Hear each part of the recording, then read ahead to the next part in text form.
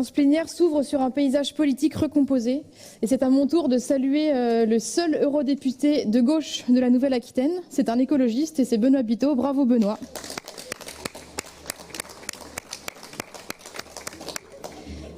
Alors nous sommes... Oui, mais il a été élu sur la liste de Yannick Jadot.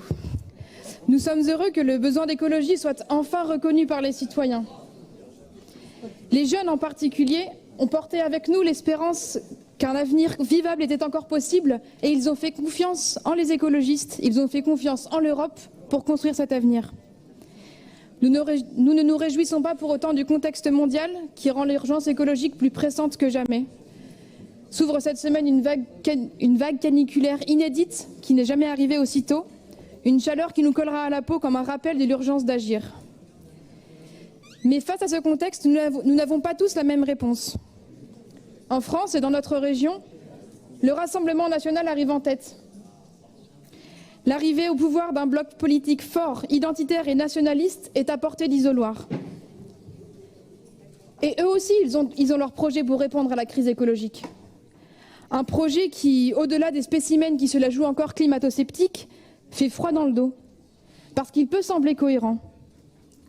Sous couvert de localisme, derrière l'idée séduisante de favoriser les circuits courts, c'est en fait une réponse fondée sur le repli sur soi, sur la fermeture des territoires, notamment face aux réfugiés climatiques, et sur la prise en main antidémocratique et autoritaire de la crise écologique.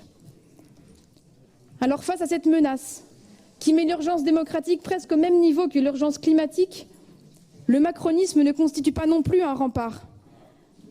Il nous promettait une rupture avec le vieux monde, que ce soit la politique économique ultralibérale, que ce soit les politiques démocratiques descendantes, que ce soit la brutalité avec laquelle sont traités celles et ceux qui interpellent le gouvernement. Je suis désolée, mais où que l'on regarde, il semble que le vieux monde a encore de beaux jours devant lui. Ou en tout cas que le nouveau monde, que leur nouveau monde ne sera pas à la hauteur des enjeux écologiques. Encore hier a été confirmée la fermeture du fameux train de Rungis qui va jeter plus de 25 000 camions sur les routes. Alors ce qui se joue dans cette nouvelle division en trois espaces, le nationalisme, le libéralisme et l'écologie, c'est la possibilité d'engager ou non des politiques à la hauteur des enjeux, à la hauteur des attentes des nouvelles générations. Et ces attentes, elles ne concernent pas tel ou tel parti, elles nous concernent toutes et tous. Alors ça implique de mettre de côté ces vieux réflexes, comme disait Benoît Biteau, ça implique de mettre de côté ses égos, ses habitudes politiques, ces anciens logiciels en lesquels on croyait pourtant, qui nous ont formés, mais qui sont aujourd'hui dépassés, pour s'engager ensemble dans une communauté d'action pragmatique et responsable. C'est cela que les citoyens attendent de nous. Les citoyens attendent, je crois, que nous portions un engagement et un message écologique clair, sans condition, que nous y engagions toutes nos forces. Et oserais-je dire, pas n'importe quelle écologie. Une écologie qui met l'humain, qui met tous les humains, au cœur et au centre.